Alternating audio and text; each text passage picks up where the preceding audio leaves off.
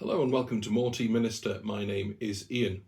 This is a mercifully, I'm sure you will agree, short video to explain what we're going to be looking at over the next 3 videos.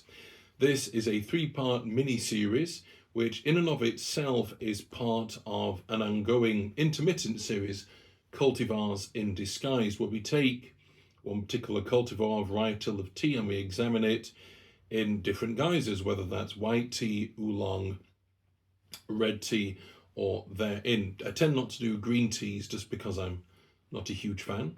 Today, the cultivar, although it's not strictly one of those that we are looking at, is Jin Guan Yin. To explain that, I'm just going to refer to the notes on my laptop because I couldn't print this out, which would have looked a bit less clumsy. Jin Guan Yin is a cross between Tie Guan Yin and Huang Jin Gui. I hope that's cleared that up.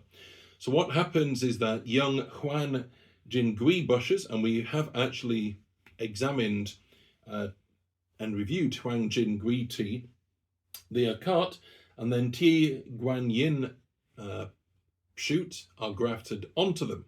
So the original plant is really, it's effectively both. And after 2 years, the plant is producing gold Guan Yin, which is what Jin Guan Yin means.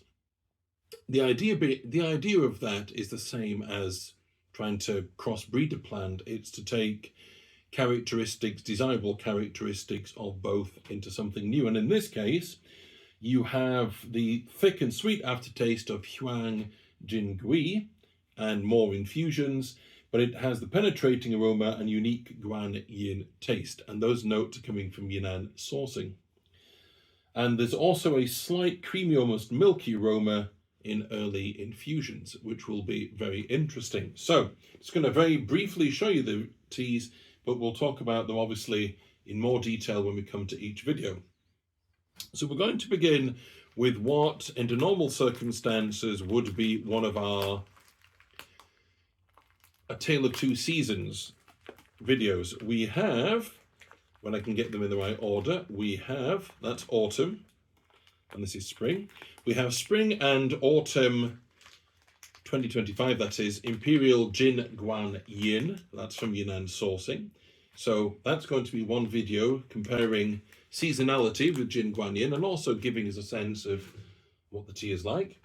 We'll also be looking at Jin Guan Yin as a baozhong. This is honey fragrance baozhong from Nanduoshan. What's different is that this tea, if I understand, yes, this is the right way around.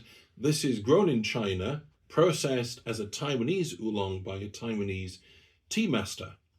So we're starting to see how you can cross boundaries in lots of different senses when it comes to tea.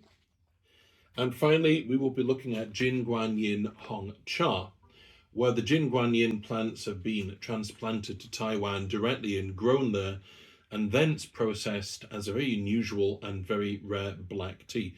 That's from Curious Tea. So that's the order we're going to be looking in. That's the tea we're going to be looking at, Jin Guan Yin. It's new to me, so this is going to be a wonderful bit of discovery. So first video is going to be the Yunnan sourcing pair of teas. Then we'll look at the baozhong, and then we'll look at the red tea. So let's move on to our first video. Looking forward to it. See you soon.